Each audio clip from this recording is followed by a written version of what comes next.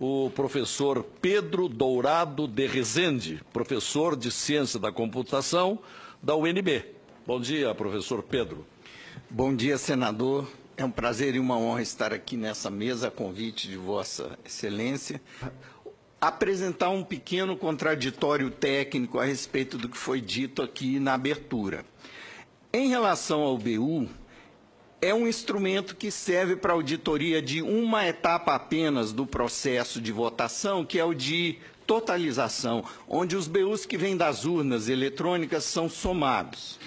O BU impresso pela urna pode fazer a verificação de que a totalização está correta, mas ele tem absolutamente nenhum efeito para verificar se o software está contabilizando os votos que foram praticados naquela urna corretamente.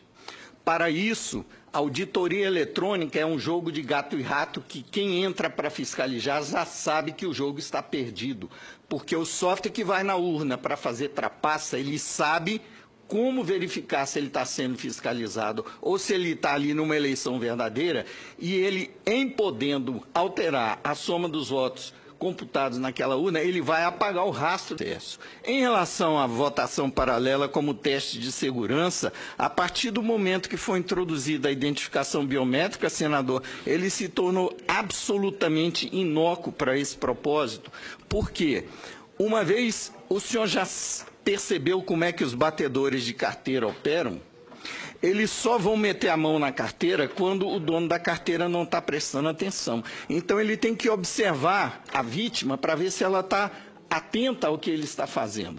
Se ela não estiver atenta, é quando ele vai agir. Um software que é inserido na urna por vários meios possíveis, que meus colegas vão poder explicar quais são em seguida, vai primeiro testar, verificar se ele está sendo observado num teste ou se ele está numa eleição verdadeira. E só vai fazer o que ele foi preparado para fazer de trapaça se ele perceber que não está sendo testado. Ora, com a identificação biométrica, o teste de votação paralela tem que simular eleitores de uma sessão eleitoral verdadeira no dia da eleição. Portanto, nenhum dos que vão pressionar o botão para inserir votos no teste vão ser identificados corretamente pela biometria.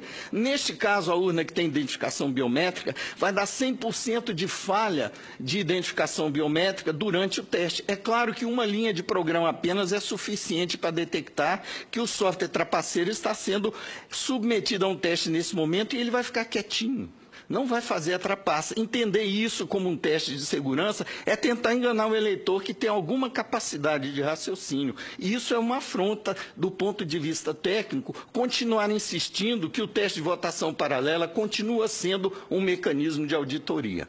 Continuando, estamos aqui para...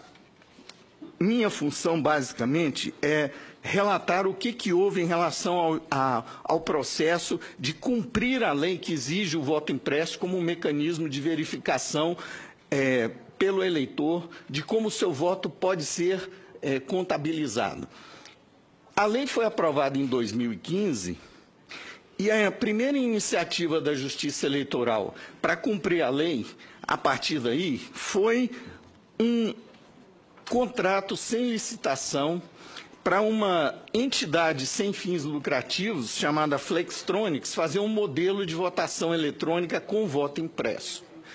Um contrato de 7 milhões de reais que foi cumprido à risca pela empresa ou pela entidade e que produziu 30 protótipos de uma urna que imprimiria votos.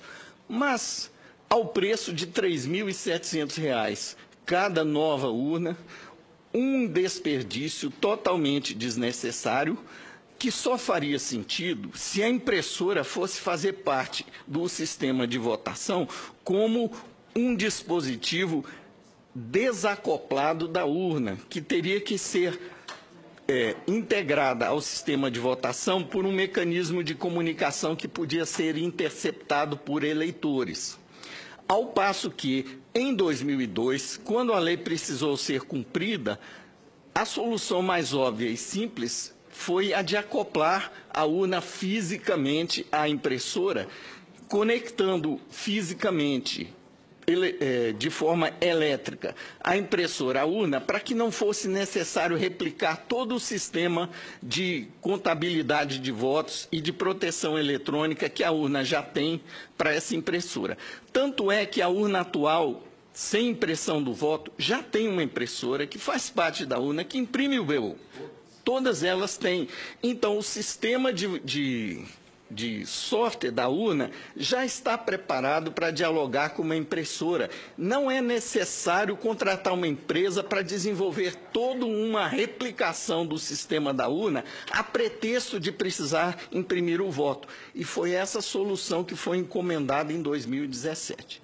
Quando foi entregue o protótipo, o 2016, está me corrigindo aqui o doutor Amilcar, quando foi entregue os protótipos, houve uma audiência na Câmara, se não me engano, né, em que foi levantada a questão que em 2009, quando a lei vigia, que exigia o voto impresso, foram contratadas a compra de 150 mil urnas que não previam a inclusão da impressora do voto. O TSE foi questionado por que ele não estava cumprindo a lei que exigia impressão do voto na compra de 150 mil urnas, e a resposta que o TSE deu através de um comunicado oficial, comunicado 10, número 10 daquele ano, era de que a urna vinha já...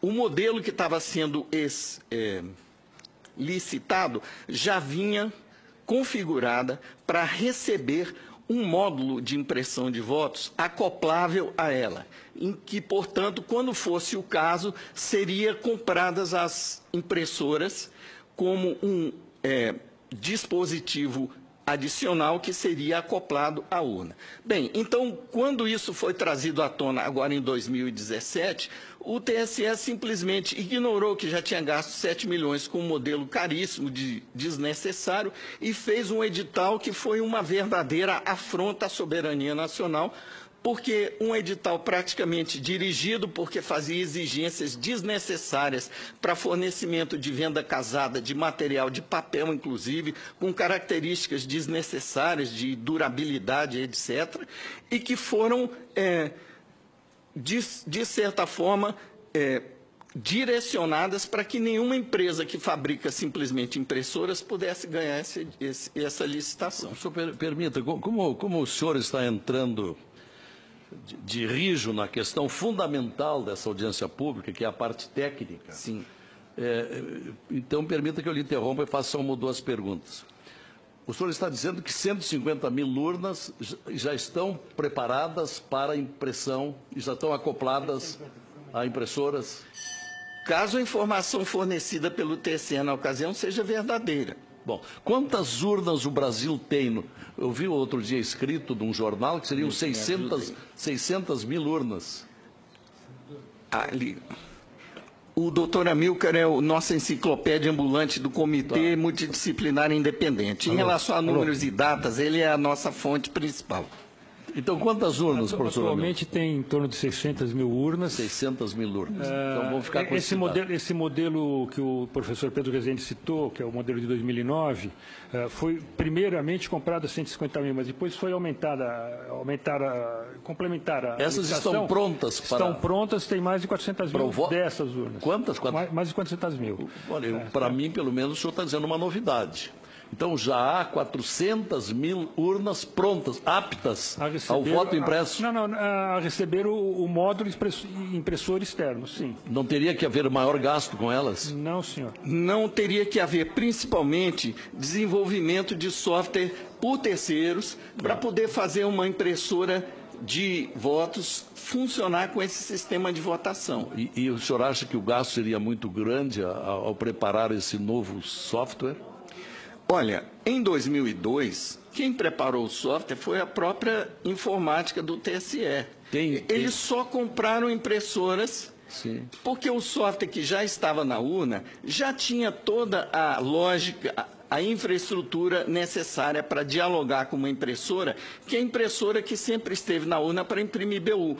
Só precisava duplicar aquela forma de interagir com o dispositivo para agora falar o sistema com uma segunda impressora que imprimiria cada voto. O senhor diria, então, que essa versão corrente de que o tribunal teria que gastar em torno de 2 bilhões de reais para habilitar o voto impresso, isso não procede? Isso é uma posição de má vontade que encontrou uma forma de inviabilizar o cumprimento da lei, primeiro com um argumento de falta de orçamento.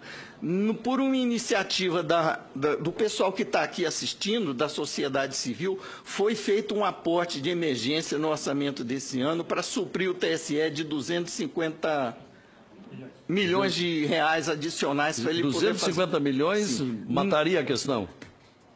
250 milhões foram incluídos no orçamento de emergência para contrapor o argumento de que o TSE não tinha verba para gastar tanto dinheiro para botar impressora em tantas urnas.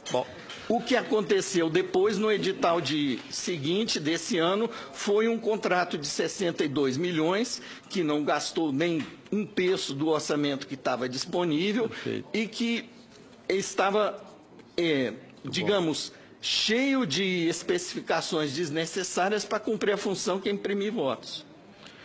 Bom, eu não sei se meu tempo já... O senhor cumpriu o prazo até aqui, mas o senhor será convidado, interpelado seguramente mais adiante sobre o tema. Ok. Por enquanto, obrigado por sua participação. Pela ordem.